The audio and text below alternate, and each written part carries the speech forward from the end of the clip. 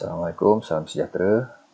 Anda bersama saya sekali lagi, BTD 1123. Hari ini kita akan bincang berkenaan dengan metal alloy phase diagram. Topik kali ini agak berat, saya cakap awal. Jadi sila tumpu perhatian betul-betul kerana dia ada bab teori dan juga ada bab calculation. Dua-dua tu agak berat, jadi sila tumpu perhatian. Kalau anda kata ada perlu penerangan lebih lanjut, waktu kita jumpa secara live nanti boleh bertanya dengan saya. Okey, sedikit chapter outline berkenaan dengan apa yang kita telah bincang sebelum ni. Satunya kita bincang bahawa dalam engineering material world ni ada single crystal dengan polycrystal. Single crystal ni selalunya pure metal. Dia tersusun dengan rapi dan dia satu keseluruhan susunan di dalam metal tersebut adalah sama. Itu kita panggil sebagai single crystal. Dan selalunya single crystal ni adalah pure metal. Bermakna bila dia single crystal ni dia mudah untuk dia plastically deformed. Sebabnya dia tak ada banyak halangan di antara setiap atom tu. Atom tu berbentuk selari saja antara satu sama lain. Jadi dia tak ada halangan untuk setiap berbola-bola atom tu untuk slide antara satu sama lain. Kita ada bincangkan sedikit berkenaan benda ni kan. Yang selebihnya, which is the majority, ialah berkenaan dengan metal yang polycrystal. Polycrystalline ni dia tersusun juga seperti yang saya sebut, dia tersusun dalam bentuk grains. Ya. Grain ni ada satu grain contohnya tersusun secara menegak ke atas, ada yang sengit ke tepi, ada yang turun ke bawah ataupun ada yang horizontal dan sebagainya tu. Itu merupakan polycrystalline punya metal. Dan dalam dunia engineering material ni yang paling banyak sekali. The majority of the material used right now is polycrystalline metal. Dalam erti kata lain, sebab apa dia polycrystalline ialah kerana adanya alloying element. Termasuk di dalamnya beberapa atom asing yang bukan sebahagian daripada pure metal tersebut. So kita nak bincang berkenaan ini dulu dan kita cuba faham apa yang dipanggil sebagai phase diagram dan bagaimana kita nak baca graf yang disebut sebagai phase diagram ni. Dan kita tengok juga apa signifikannya dalam kita memahami phase diagram ni di dalam ilmu engineering material ni. Okay, yang selebihnya dalam graf ni kita tengok yang kata alloy ni, kita akan cerita banyak berkenaan dengan alloy ni, dan yang selebihnya kita akan ke seterusnya pada 2 minggu lagi.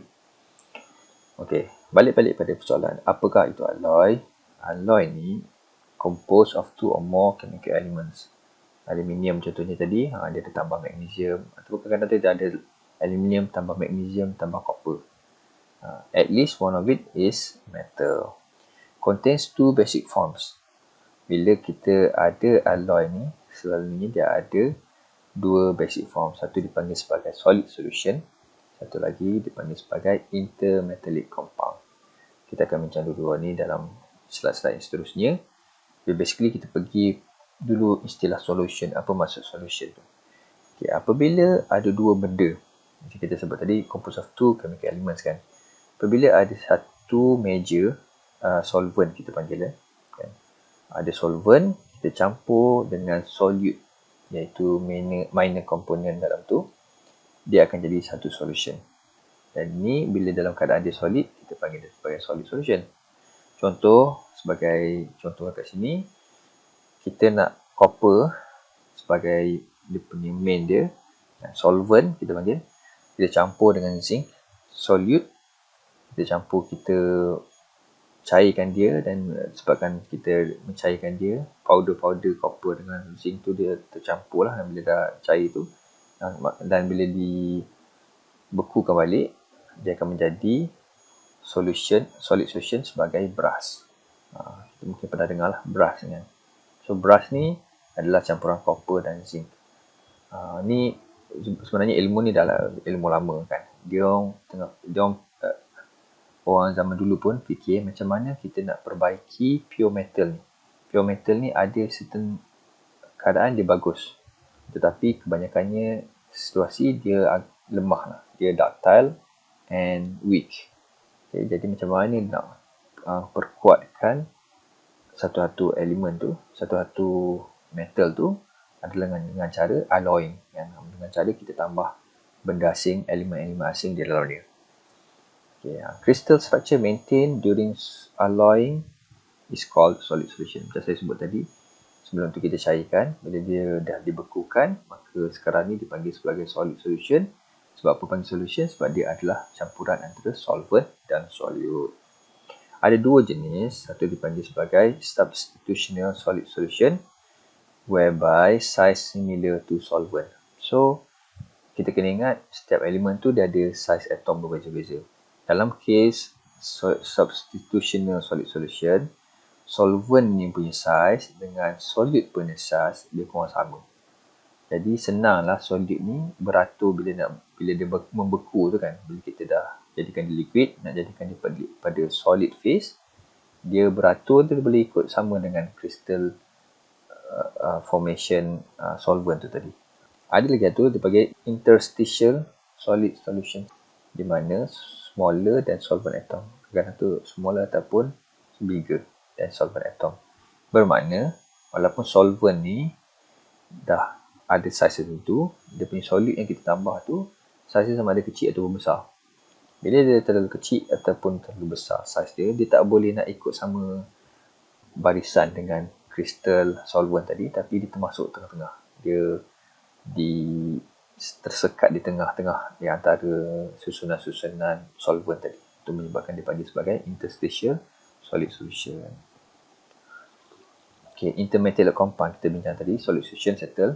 Intermetallic compound apa pula? Ia adalah complex structure which consists of two metals or more. Intermetallic compound ni adalah campuran antara dua metal ataupun lebih. Kita akan nampak nanti bila saya bincang tentang phase diagram, anda akan fahamlah lebih detail apa maksud intermetallic compound ni. So, intermetallic compound ni, dia punya key feature ialah hard and brittle.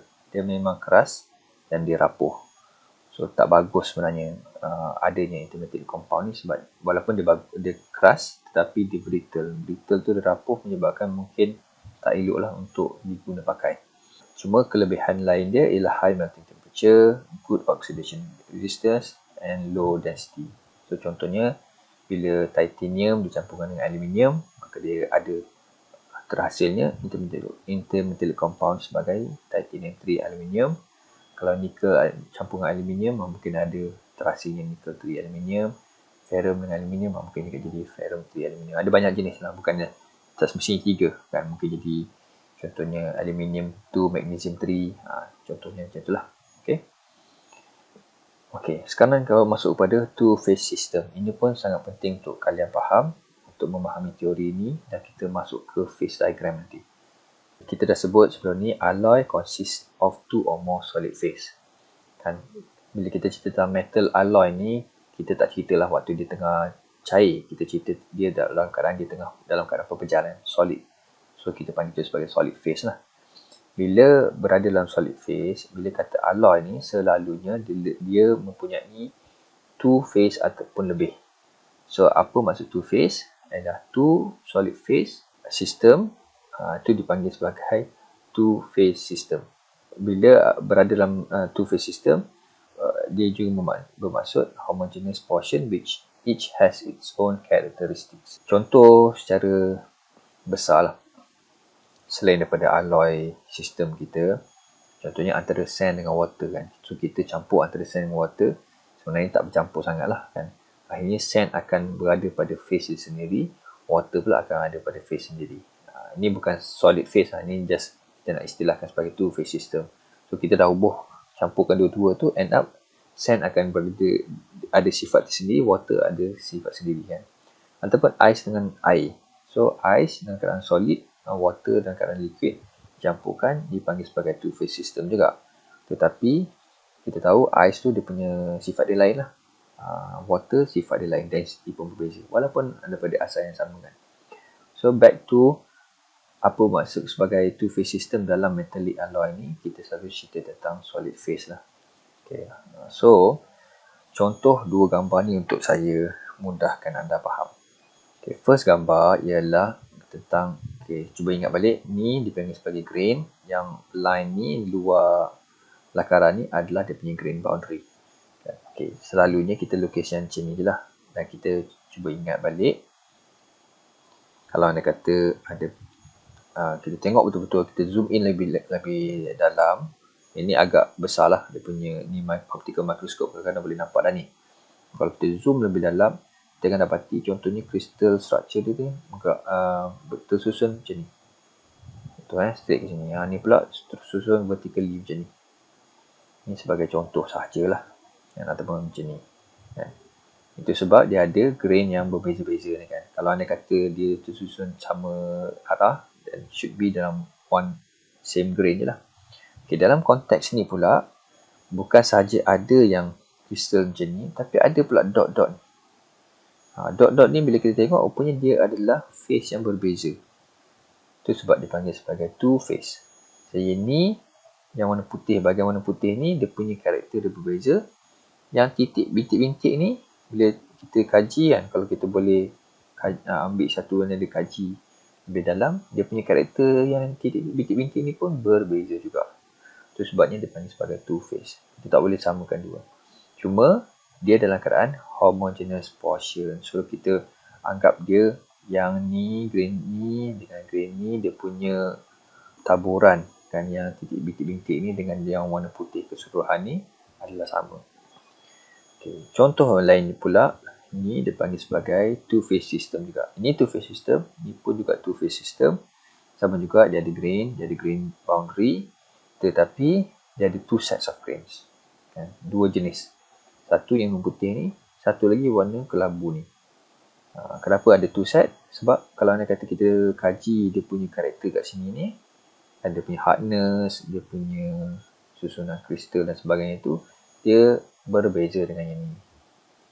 Jadi sebabkan apa? Ada perbezaan ni, kita panggil juga ni sebagai two phase, walaupun dalam keadaan dia dalam satu metal yang sama. Sebab apa berlaku ni? Sebab kita ni adalah alloy. Bila kita ada alloy, maksudnya ada benda asing outside element yang kita masukkan menyebabkan dia berlaku perubahan-perubahan macam ni. Kalau anda kata dia adalah pure metal, we don't expect dia ada polycrystalline. Dia akan jadi straight single crystal sahaja kan. Okay, now kita masuk satu topik yang agak besar dan anda kena faham. It's very important for you to understand sebab dia melibatkan teori dan juga calculation, iaitu berkaitan dengan phase diagram. So, apa benda phase diagram ni? Phase diagram show the mixture of phases present in thermodynamic equilibrium. Susah nak saya terangkan kalau anda kata tak tengok dia punya gambar lah. Nanti kita tengok gambar dia, anda akan mula faham. It tells you what phases are present for a given temperature and composition roadmap. So, dalam phase diagram ni, yang penting adalah temperature dan juga percentage of a composition. Ini pun sama, kita akan tengok nanti. So basically, dia adalah graf. Sebenarnya graf je, walaupun nama diagram sebenarnya adalah bentuk graf yang ada temperature versus composition. One basis is temperature versus time cooling curve. Ini satu lagi diagram, tapi ini kita akan bincang kemudian. Penting sekarang ni adalah temperature versus composition. It is very valuable to be able to construct a phase diagram and know how to use it to predict behavior of materials. Jom kita tengok contoh. Ini contoh satu phase diagram. Kita ada y-axis dia sebagai temperature. Kita punya x-axis ni adalah percentage composition. Wt ni bermakna weight percentage. Baik, dalam konteks ni kita panggil sebagai binary phase diagram. Okay, binary maksud dua, phase diagram. So ada dua elemen, elemen A, ada elemen B. Ini tak kira lah apa-apa, aluminium dengan magnesium ke, magnesium dengan nikel ke, copper dengan tin ke dan sebagainya. Ada apa-apa elemen yang berkaitan boleh dihubungkan dekat sini. So bila bentuk macam ni kita panggil sebagai binary phase diagram. Dan dalam engineering material, binary phase diagram ni paling banyak kita gunalah. Ada lagi ternary phase diagram yang untuk 3 dan sebagainya, tapi itu tak penting sangatlah. Binary ni selalunya kita fokuskan. Okay, isomorphous adalah bermaksud sekiranya dua-dua ni boleh tercantum dengan dan menghasilkan satu solid solution sahaja. So bila macam kita tengok tadi, ini ada two phase system kan. Dalam solid solution tu, walaupun dia dah beku sama-sama, dia akan terhasil dua phase yang berbeza. Tapi dalam konteks ni, we can expect apa yang bila kita tengok dia punya microstructure dia, dia adalah mungkin bentuk macam ni saja. Kan? Dan dalam ni adanya elemen A dan juga ada juga B punya elemen dalam dia. Okey. Okey, kita tengok dalam graf ni ada dipersilakan sebagai liquid, solid, matu L plus S. So di solid ni dekat bahagian atas tu ada warna biru punya line ni, dan liquid ni pula ada warna merah dekat dia punya line kan. Apa maksud dua-dua ni? Yang solid ni bermakna area kat bawah ni, keseluruhan area kat bawah ni adalah 100% solid. Apabila alloy tersebut dah jadi 100% solid. Manakala bahagian atas ni, area atas ni adalah apabila material tu, alloy tu adalah 100% liquid. Okay. Itu adalah dua ni. Dan antara dua ni selalunya ada bentuk macam ni. Kan? Ini adalah berkenaan dengan binary isomorphous alloy system, di mana ada bentuk curve macam ni. Di tengah-tengah ni adalah campuran antara liquid dan solid. Bermakna apa-apa nilai yang berada kat dalam ni, dia ada sebahagian dalam alloy tu masih dalam keadaan liquid, ada sebahagian tu dah jadi solid. Macam mana kita nak baca graf ni? Basically kita anggap A ni bila berada di tempat sini, A ni adalah 100%. Jadi bila kita naikkan temperature ni, mungkin daripada kosong sini, naik sampai satu tahap T5 ni, dia dah kena melting temperature dia. Bila sampai ke situ, maka kita naik lagi, dia jadi liquid terus. Ini keseluruhannya adalah liquid. So ni dalam konteks kalau dia pure metal. Dan bermakna A adalah 100%, B pula bermakna dia adalah kosong. Weight percentage dia bermakna kalau anda kata A adalah 100%, B adalah kosong. That's why pure metal tu adalah macam ni lah kan. Straight sampai sini satu nilai melting point. Apa-apa kalau kita tengok dalam Wikipedia sekalipun, contohnya nickel, dia punya melting point dia bagi satu nilai saja kan. Sebab apa? Sebab betul lah, dia naik satu nilai tu terus dia bertukar jadi liquid. Okay, case ni pula kalau anda kata B adalah 100%, maksudnya tak ada elemen A ni, B 100% pure metal, sama juga dia naikkan temperature dia, temperature sentiasa naik sampai satu tahap dekat T2 ni dia dah mula melt, dan ni adalah dia punya liquid. Dan dia liquid phase. Sini keseluruhan ni adalah solid phase dia. This is the solid phase for A, 100% A. Ini adalah liquid phase untuk 100% A. Anything in between, contohnya di tengah ni, kan ada 50% A dan 50% B. Apabila kita panaskan dia sampai satu tahap, dia akan melepas line dekat yang warna biru ni, dan atas daripada tu dia tak terus jadi liquid, dia ada campuran antara liquid dengan solid. Campuran tu akan sentiasa kita kena panaskan lagi, kekal sampai satu tahap, sampai terjah ke line merah ni, akhirnya dia akan jadi liquid 100%. Ini dalam kita punya so-called ramuan ni kan. Kalau anda kata kita nak buat alloy, kita kena dah tahu dah awal. Okey, saya nak alloy saya ni ada 60% A, 40% B. Contoh kan. Jadi awal-awal dia kita campurkan tu dulu dalam bentuk serbuk contohnya kan. Okay, dalam bentuk serbuk kita bor 60% A, 40% B. Maka dari situ kita naikkan dia punya nilai. Naik sampai satu tahap, kan temperature dia akan jadi liquid dengan solid. And then sampai satu tahap lagi dia dah terus jadi liquid. Okay, mungkin susah sikit nak faham bila saya bagi secara kasar macam itulah. Kita tengok satu contoh. Okay, contoh yang famous untuk binary isomorphous alloy system ni ialah antara nikel dengan copper. Okay, nikel dengan copper dia ada khas sendirilah dia punya bentuk. Dan macam tadi tu kita bagi contoh gambaran general saja. Tapi untuk nikel dengan copper ni dia bentuk macam ni. Memanjang macam tu. So ingat balik, anything kat bawah ni adalah dalam bentuk solid. Kita panggil sebagai solid solution. It's a one phase system. Kat atas ni pula kita ada liquid solution sebab dia 100% liquid. Ini adalah 100% solid. Di tengah-tengah ni adalah campuran antara liquid dengan solid. So bergantung kepada kita punya komposisi lah dalam tu. Kalau composition dia banyak kepada nikel ke copper ke, dia akan berbeza-beza. Okay. So ini satu cara juga ditulis. Contohnya copper dengan nikel dia tulis macam ni. 100% copper bermakna kalau kat titik ni dia adalah 100% copper. Kat titik ni pula dia kosong copper. Apa maksud kosong copper? Bermakna dalam tu ada nikel 100%. Dan sebaliknya lah, kalau anda kata copper ni 100%, nikel adalah kosong. Bila nikel 100% bermaksud dia pure nikel. Kalau tengok dalam fakta ataupun data untuk nikel ni, dia punya pure metal melting point adalah 1455. Ini adalah dalam Celsius. So 1455 adalah dia punya melting point. So betul lah kat sini kan.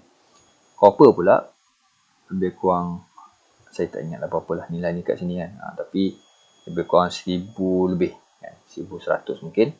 Copper adalah dia punya melting point dekat 1100 Celsius. So betul lah kat sini kan. Antara dua-dua ni adalah campuran antara nikel dengan copper. So katakanlah di sini kita tahulah ni adalah 50% copper, 50% nikel. Kat sini pula 58% copper, tapi 100 tolak 58 jadi 82. That's why jadi 42 nikel kan. Ataupun sini 67 copper, dia akan jadi 33 nikel. Dan seterusnya begitulah.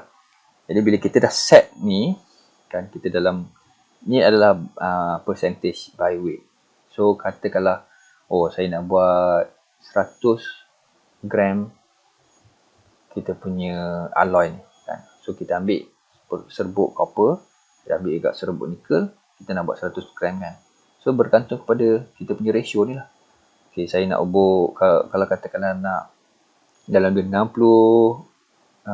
gram copper, kita ubur pula 33 gram nikel, kita akan dapatlah 100 gram copper dan nikel punya campuran dengan alloy tu. Dan itulah di sinilah dia punya nilai untuk kita consider. Okay, daripada situ kita naikkan dia punya temperature ataupun turunkan. Okay, ada banyak nombor ni, tak apa, jangan pening sangat. Kita go one by one. Tapi contoh kita ambil dekat bahagian sini. 50%. Kita ambil 50% copper, 50% nikel. Apa yang terjadi ialah, basically saya lupa nak sebut tadi. Kenapa dia tiba-tiba 1082 Celsius kat sini? Sebabnya kat bawah ni tak ada apa sangat nak tunjuk kan. Bawah ni sampai ke room temperature adalah solid solution kan. So it's nothing to show lah, just 100% solid solution saja kan. So boring lah. So dia potong kat bahagian sini lah kan. Mungkin 1000 ke apa kat sini, terus ke atas. Okay. Katakanlah saya nak buat 100 gram alloy ni, saya ubur 50%, 50 gram copper dan 50 gram nikel. Bermakna dia ada composition percentage dia still 50-50 lah kan. Okay, saya panaskan dia, panaskan dia sampai satu tahap liquid solution ni semua dah cair kan? Semua dalam tu dah cair. Maka saya biarkan dia untuk membeku balik. Okay, apa akan terjadi? Dia akan daripada atas ni dia turun kan, temperature dia tak akan ke kiri ke kanan sebab dia punya composition tetap sama. Kita tak tambah apa-apa dah kan. Kita just guna composition yang ada dalam dia saja. Maka dia akan melalui satu straight line saja kan. Apabila kita panaskan dia, kita sejukkan dia balik, maka dia akan turun slow sampai satu tahap, maka dia akan start ada solid ni. Walaupun masih lagi banyak, mungkin 99.9% adalah liquid, tapi dia dah mula membeku. Adalah solid di dalamnya. Itu sebab dia tunjuk kat sini. Food solid, nampak kan? Mungkin dia berbentuk macam ni. Kecil-kecil ni dulu. Ni keseluruhan ni masih lagi liquid ni. Ni bentuk ni kononnya kita tengok dalam mikroskop lah kan. Dekat lubang mikroskop tu, kita dapati, ini liquid. Lepas tu dia dah start first solid ni dah mula nak berbina. Okay, terus sikit lagi sampai kat tengah ni pula. Apa yang bila kita tengok dalam mikroskop, apa yang kita akan nampak, dia dah mula membesar. So yang bentuk-bentuk ni dia dah mula membesar. So ni adalah solid kita. Ni masih lagi liquid. Liquid masih lagi dominan. Masih banyak berbanding dengan solid kan. Okay, tak apa. Turun lagi, kita boleh expect ni lagi berkembang jadi besar-besar lah kan. So bila sampai satu tahap kat sini, dia jadi 100%. Mula start jadi 100% solid kan. Dan di sinilah terdapatnya kita punya bentuk di mana adalah semua ni adalah 100% solid. Kan kita ada grain kat sini. Contoh kalau kita tengok lagi besar, contohnya ni grain dia kan. Ni pula grain satu lagi. Ni adalah grain satu lagi. So kenapa terhasilnya grain boundary ni? Sebab ni lah. Kita hasilkan solid yang kecil-kecil ni kan. Solid ni berkembang. Katakanlah dia punya line macam ni. Ni punya line macam ni. Kristal kan, line dia macam ni. Dia bertembung dengan yang sebelah-sebelah ni menyebabkan akhirnya dia tertembung kat sini lah. Kan? Ni line macam ni. Ni line macam ni. So dia tak regu lah kan. Sebab dia punya asal nukleus dia berkembang tu berbeza-beza antara satu sama lain. Itu sebabnya kita dapat solid solution yang bergrain size, bergrain dan juga grain boundary. Tetapi dalam kes ni kita panggil sebagai single phase system sebab dia sama saja kan. Dalam dia adalah copper dengan nickel ni dia regu dia bagus, maka dia boleh copper boleh masuk dengan nickel elok je, tersusun dengan rapi. Okey, harapnya boleh faham lah dalam konteks tu. Okay, next, satu istilah kita panggil sebagai lever rule. Sangat penting juga untuk buat calculation dan ni soalan yang selalu famous keluar lah kan, kalau kita nak bincangkan tentang phase diagram ni. Okey, katakanlah kita punya case sekarang ni ada A dengan B kan. So kita nak ambil tengah-tengah ni, weight fraction dia dekat tengah-tengah ni dan kita anggap ni sebagai X lah kan. Kita akan ambil X. Okey, kita nak kaji lebih lanjut tentang X ni. Kat mana? Kat sini kita dah tahu dah X memang 100% liquid. Kat sini pula 100% solid. Boring je lah, tak ada apa-apa kan. Cuma kita interested to know in between ni kan. Apa yang terjadi? Sebab kat sini ni adalah dia punya, kan dari sini ke sini ni adalah dia punya liquid and solid punya phase. Kalau kita work ke sini, kita boleh nampak dia, kalau katakanlah dia punya fraction dia kan, antara A dengan B ni dekat sini, dia kecil je kan. Ataupun kat sini memang 100% A, tak ada isu sangat lah. Tapi kat sini ni besar juga dia punya nilai kan, liquid plus solid dia. So kita nak tahu dia punya apa yang terjadi kat sini lah. Okay, especially katakanlah kita pinpoint, saya nak tahu apa yang berlaku kat sini, kat bahagian O ni kan? Apa yang berlaku pada X, kita punya campuran tadi kan. Okay, the weight fraction of the solid phase di bahagian O ni, macam mana nak kira? Kita nak solid, maka lever rule, cara kita buat lever rule ialah kita tengok O ni punya temperature dekat sini dan T ni. So kita buat line, boleh guna ruler ke apa kan. Kita buat line yang menyentuh L dan menyentuh juga S ni. Dan menyentuh dua line lah, satu line kat atas ni, satu lagi kat bawah ni. So sentuh L, sentuh S, kita berhenti dekat S. Dah berhenti, kita tarik dia 90 darjah, 90 darjah, kita tarik dia dan kita akan dapat a new composition punya percentage kan. WL. Ini pula WS. So kita punya original adalah WO tadi. So bagaimana kita nak buat, kita nak tahu dekat sini ni liquid ke banyak, solid ke banyak. Kita menggunakan lever rule ni, di mana untuk solid phase, kalau nak dapatkan S ni, kita bahagikan antara ni dengan keseluruhan ni. Okay. So tu yang dalam calculation yang ditulis WO ini, nilai ni, minus WL, nilai ni.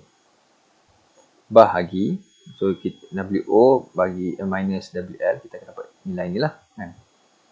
Dapat WO dari sini, itu WL kat sini kan. So dapat nilai ni.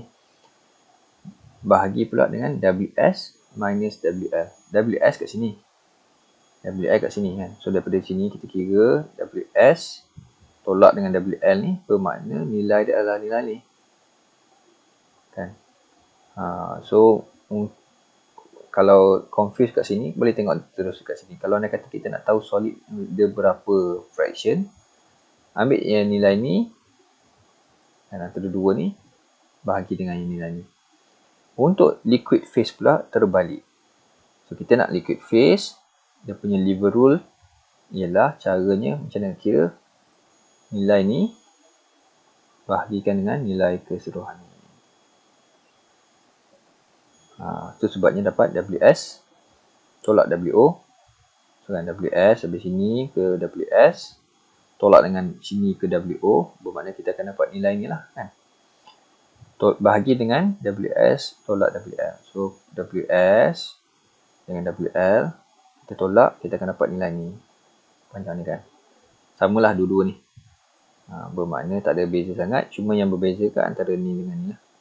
Okay. So tu kita akan dapat fraction of liquid phase. Kita tengok contoh kan. Contoh kat sini kita mudah nampak nombor lah. Copper, nickel, alloy. So kita tahulah ada dua elemen dalam tu, copper dengan nickel.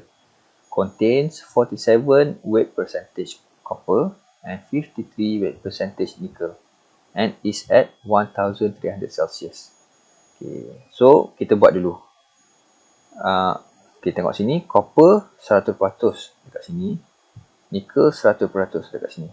Bermakna 47% of weight copper and 53 adalah tempat yang sama lah kan.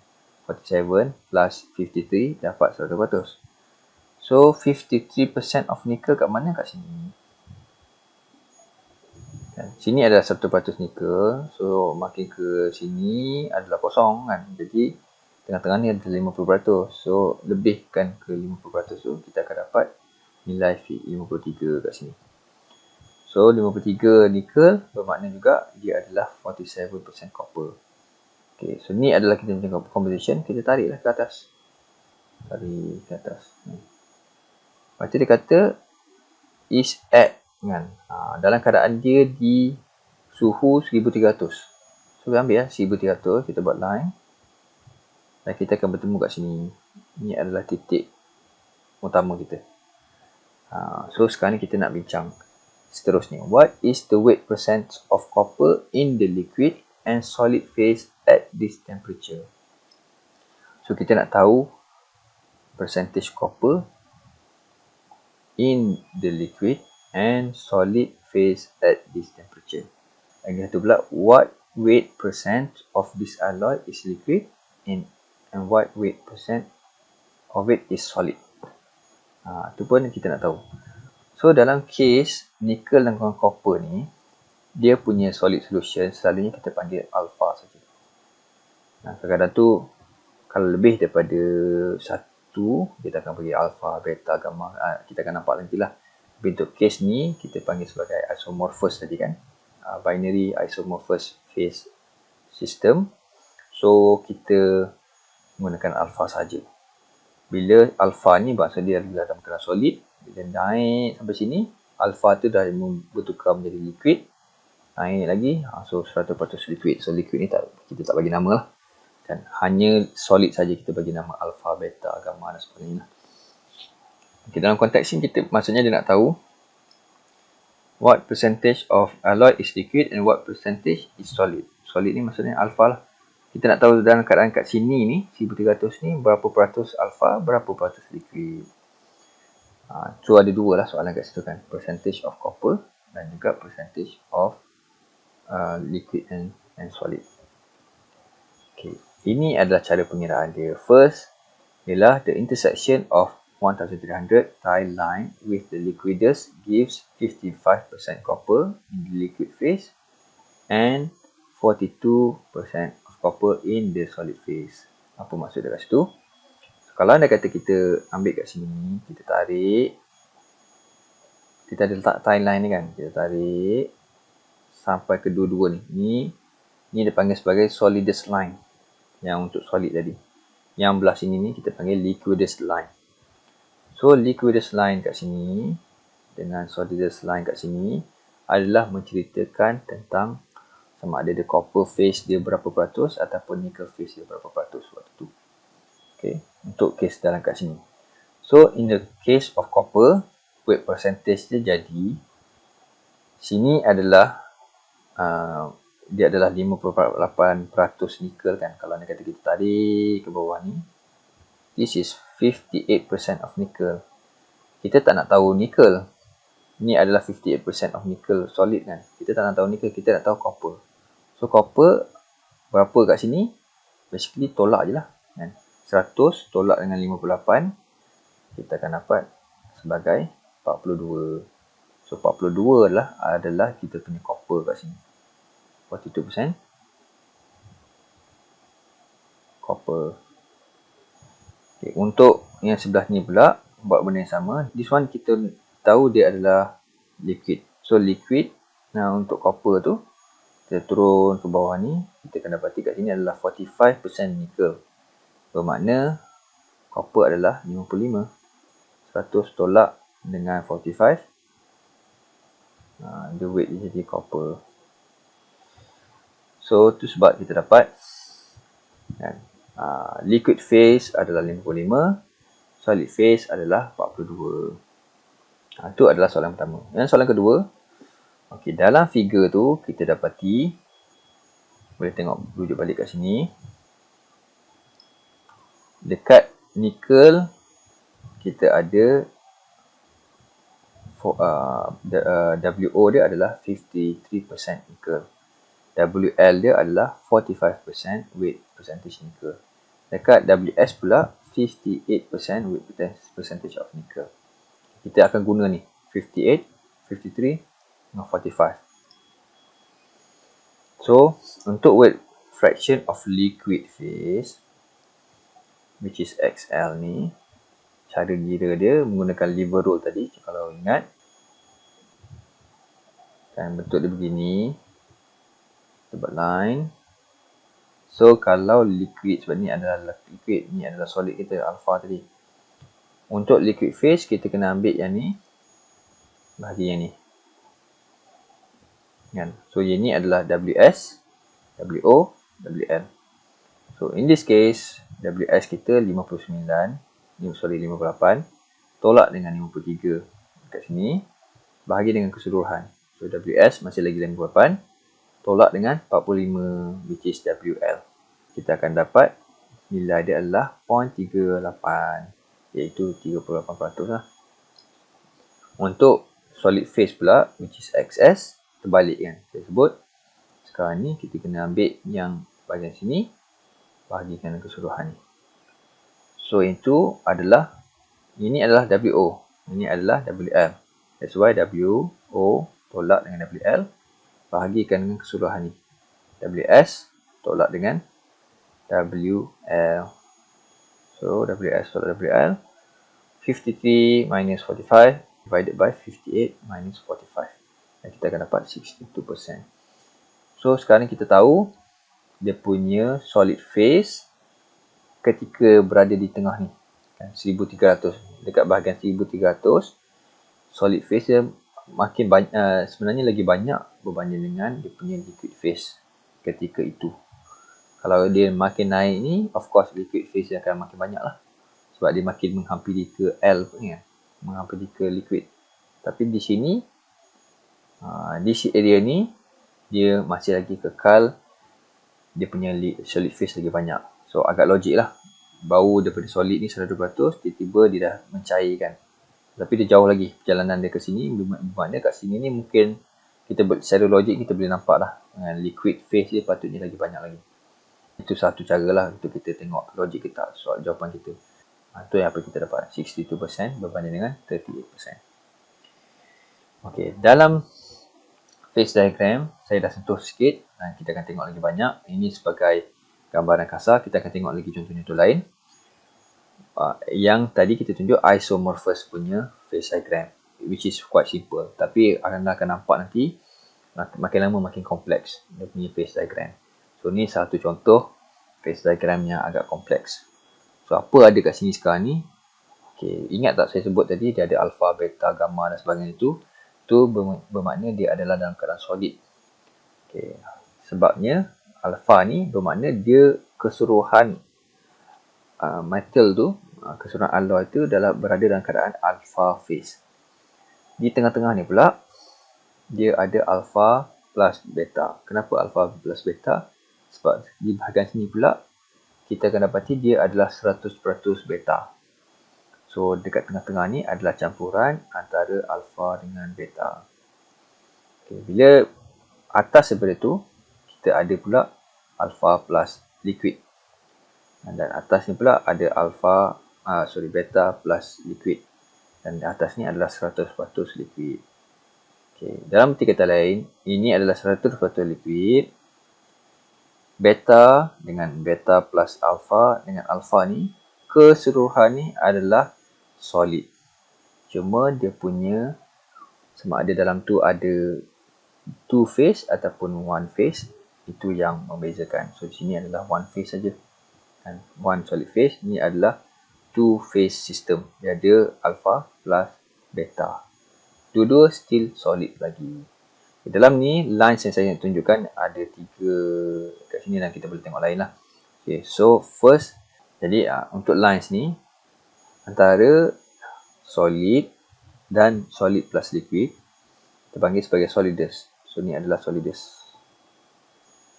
Antara solid tadi dengan solid plus liquid kita panggil sebagai solidus. Okay. Antara liquid dengan solid plus liquid kita panggil dia sebagai liquidus. Ni adalah liquidus line. Ni pun sama juga, liquid dan solid plus liquid. Beta plus liquid pun dikira sebagai liquidus line. So this is liquidus line. Okay, selebihnya pula kita ada solvus.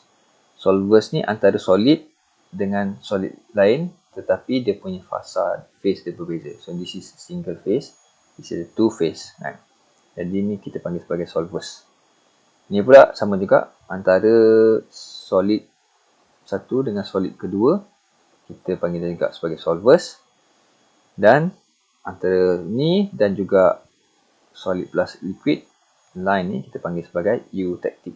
Kita akan tengok lebih lanjut lah berkenaan dengan eutectic. So untuk fasa pertama ni kita dah faham liquidus, solidus dengan solvus line. Okay. Alright, ni contoh tadi. Ni contoh lain lah.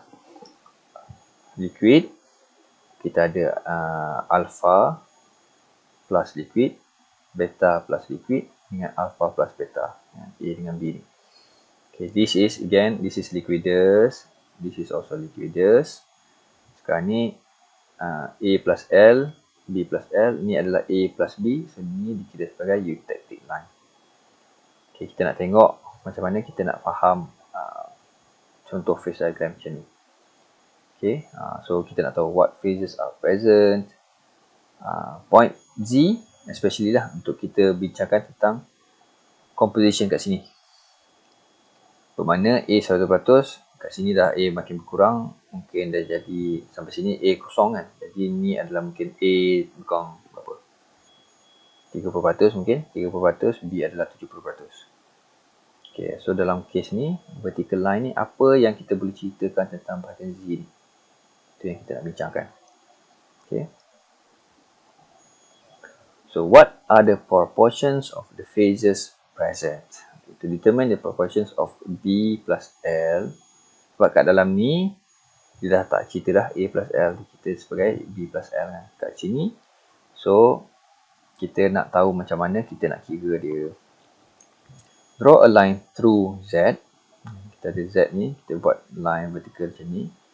And parallel to the base of the diagram. So, kita buat juga line, tie line. Okay. Constant temperature. So, this is the temperature kan. Y axis is temperature. So, constant temperature. Kita buat line. So, sekarang kita ada X. Kita ada Y pula. Dot kat sini satu. Dot kat sini satu. This line should extend only to the boundaries of B plus L field. So, tak adalah kita tarik sampai ke sini ataupun sampai ke ujung ni. Sebab kita hanya bermain dalam line yang dia sampai saja. So, this one sampai ke sini. Line sampai ke sini. So, this only kita consider. Measure the three line segments. And X, Z. So, antara X dengan Z. Z dengan Y. Dan juga X dengan Y. So, sekarang ni kita nak tahu apa portion solid, apa portion liquid. Sebab B ni adalah solid kan. Dia nak plus liquid. So, berapa portion liquid, berapa portion solid. Remember back. Kalau anda kita nak tahu B, ialah yang ni bahagikan yang ni. Untuk kita tahu L, ialah yang ni bahagi dengan yang keseluruhan ni. Dan untuk mudah cerita macam itulah. So basically untuk bahagian B solid, ZX bahagi dengan XY. Apa maksud dia? ZX yang ni bahagi dengan ZY. Z dengan Y. Okay. Untuk bahagian liquid pula, ZY bahagi dengan XY. Z dengan Y bahagi dengan X dengan Y.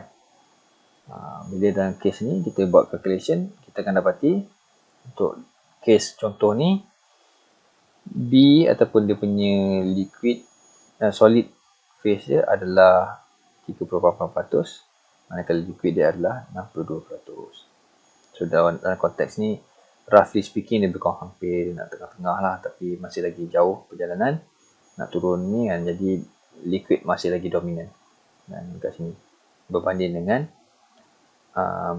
dia punya solid lah, beta tu. Tapi kalau anda kata kita turun bawah lagi, kita dapati benda ni dia katakanlah kita turun kat sini kan, dia sampai sini, bermakna ratio solid tu akan bertambah. Kalau kita buat calculation kat sini pula kan, B adalah nilai ni bahagikan dengan nilai ni, so dia akan dapat lagi bertambah lah B ni, L makin berkurang. Baik, so basically saya nak tunjuk balik ni sebab kita akan gunakan LED dengan thin phase diagram sebagai contoh pada yang untuk ni kita panggil sebagai binary eutectic alloy system. Binary sebab ada A dengan B kan, LED dengan thin ni. Eutectic ni sebab ada line. Line ni straight je. Dekat nilai, apapun nilai ni kan, constant temperature, line akan jadi straight. So ni kita ada, bermakna dia ada eutectic line. Dan eutectic line ni mainkan peranan yang besar lah dalam LED dengan thin phase diagram. Sebab apa? Dia ada satu fasa tu, di mana, ni kat sini, kita panggil sebagai eutectic point. Di mana kalau anda kata kita ada fasa tersebut, kita ada composition tersebut, daripada alpha beta ni terus dia boleh terus jadi liquid. Special lah nilai ni. Nilai ni special. Yang lain tak ada. Yang lain semua at least adalah sikit, walaupun sikit dia akan jadi antara solid plus liquid baru jadi liquid. Yang ni daripada solid dia terus dia boleh jadi liquid terus. So that's interesting to say. So let's go to lead and tin ni. Ni adalah contohnya. Okay, let's say kita ada nilai kat sini.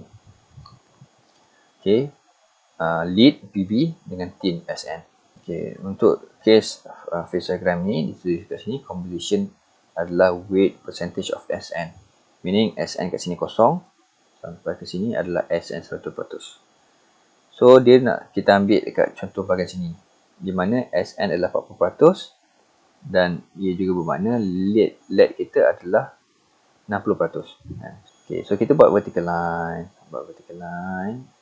Okay, kita start katakanlah daripada liquid ni senang. Dan apa jadi daripada kita liquid ni, kita nak turunkan dia menjadi solid balik. So, apa terjadi ialah awal-awal liquid ni memang kosong. Sini adalah 100% liquid, bermakna keseluruhan ni adalah liquid. Tak ada isu sangat. Kan? Okay, now kita ada liquidus line kat sini. Bila dia tempuh dekat liquidus line ni, turun kat bawah daripada liquidus line, dia dah mula timbul solid. Apakah solid ni? Kita tengok dari sini, dia ada alpha plus beta. Dari sini hanya alpha, dari sini hanya beta.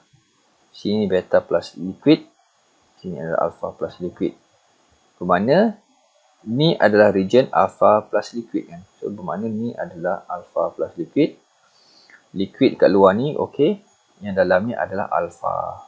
So yang solid-solid yang mula terhasil ni adalah alpha. Walaupun bentuk bulat macam ni, sebenarnya dia ada ni jugalah kan, kristal. Contoh juga kristal lah. Dia dah mula beratur lah. Beratur ikut line masing-masing. Okay. Masih lagi kat atas, kalau tengok K ni masih lagi kat bahagian atas kan. So barulah nak start ada solidification ni. Makin turun sampai satu tahap kat sini ni, dia punya alpha makin membesar. Tetapi bila tentuh dekat line ni, dia tak cover keseluruhan lagi. Dan masih banyak lagi liquid. Kenapa? Sebabnya bila dia turun kat sini, ada something yang lain pula terjadi, iaitu penghasilan fasa baru, iaitu kita panggil sebagai eutectic structure. So ni kita panggil sebagai primary structure.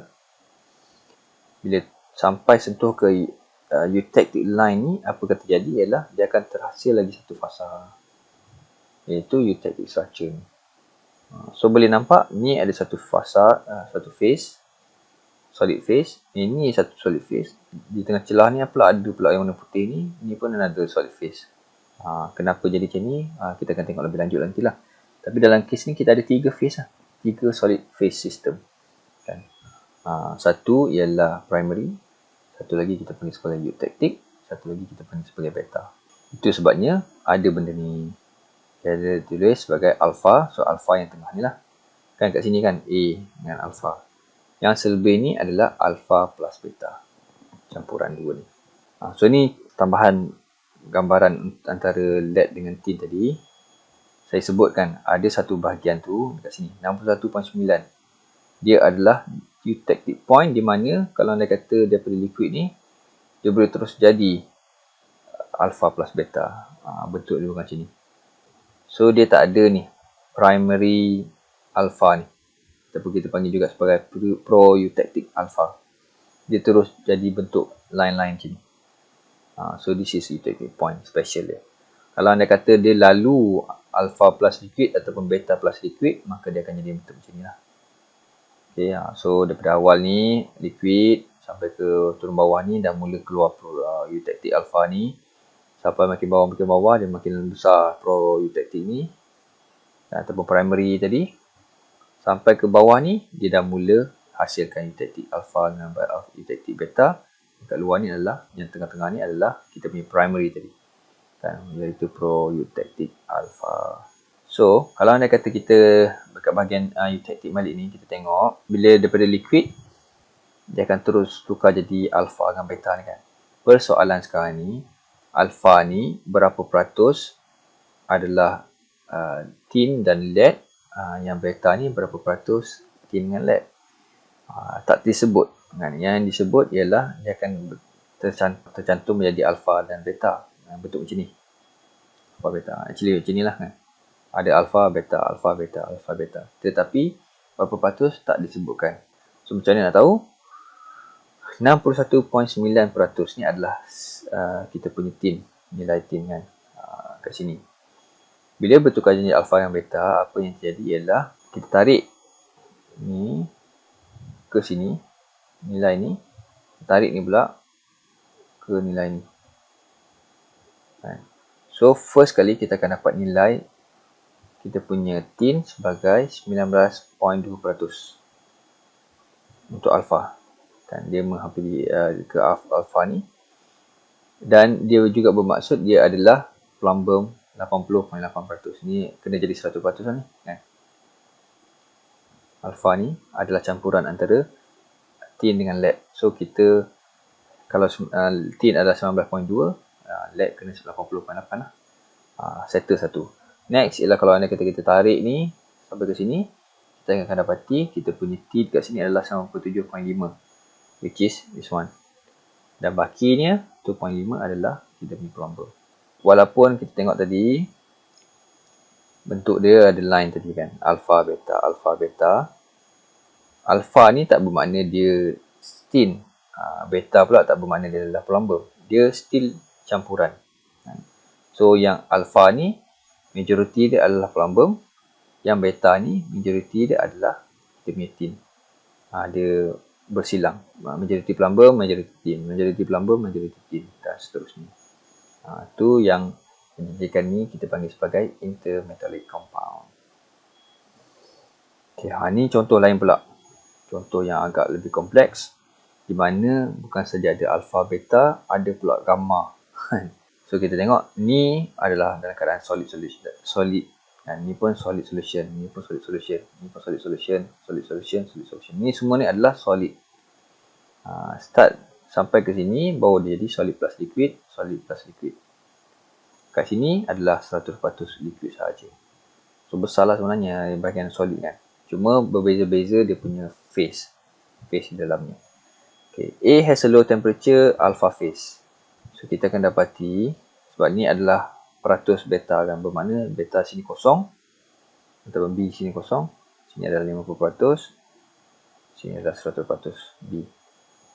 Okay. So untuk case kat bahagian low temperature ni, kita akan dapati area kat sini ni adalah maksimum di mana dia boleh jadi alpha phase sahaja kan.